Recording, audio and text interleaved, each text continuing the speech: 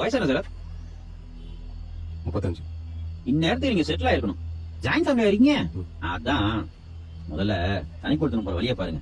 அப்பதான் உங்களுக்கு 4 காசு சேர்க்க முடியும். இப்படி தம்பிக்காக அம்மாக்காக ஓடுறதை விட்டு முதல்ல செட்டில் ஆகிற வழியை பாருங்க.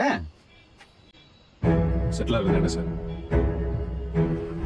செட்டில் ஆகுறதுனா செட்டில் ஆகுறது இல்ல சார், உங்க பாயிண்ட் ஆஃப் வியூல செட்டில் ஆகுறதுன்னா என்ன மீனிங் கேட்டேன். ஒரு பிளாட் வாங்குறது.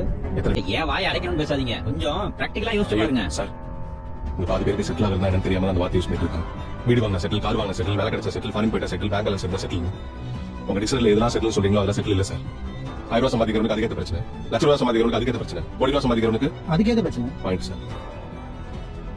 இந்த பிரச்சனை இல்லாத மனுஷனே இல்ல சார். அப்போ உங்களுக்கு செட்டில் என்னன்னு தெரியுமா? சத்தியமா தெரியாது சார். ஆனா ஒரு மனுஷன் ஆல்ரெடி செட்டில் ஆக வரைக்கும் இங்க எதுவுமே செட்டில் இல்லைன்னு மட்டும் நல்லா தெரியும் சார். இந்த வீடியோவில் இருந்து நாம் என்ன கற்றுக்கொள்கிறோம்? இந்த உலகமே சொல்லிவிட்டது உங்களுக்கு செட்டில்மெண்ட் இடம் இந்த உலகில் இல்லை என்று. பரிதவிக்கப்பட்ட கடைசி சத்துரு மரணம். நம்முடைய கடைசி சத்துரு எது தெரியுமா? மரணம். அந்த மரணத்தை ஜெயித்துதான் இயேசு கிறிஸ்து உயிர்த்தெழுந்தார். அவர் பூமியில் வாழ்ந்து பொழுது சொன்னார், மனுஷகுமாரனுக்கு தலை சாய்க்க இடம் இல்லை என்று. இயேசுவை உண்மையாய் விசுவாசிக்கிறவர்கள் அந்த மரணத்தை ஜெயிப்பார்கள் என்று வேதம் தெளிவாய் சொல்லுகிறது. 2 திருடரில் ஒரு திருடனுக்கு செட்டில்மெண்ட் எங்கே தெரியுமா? இன்றைக்கு என்னோடு கூட நீ பரதேசியில் இருப்பாய் என்பதே அந்த வார்த்தை.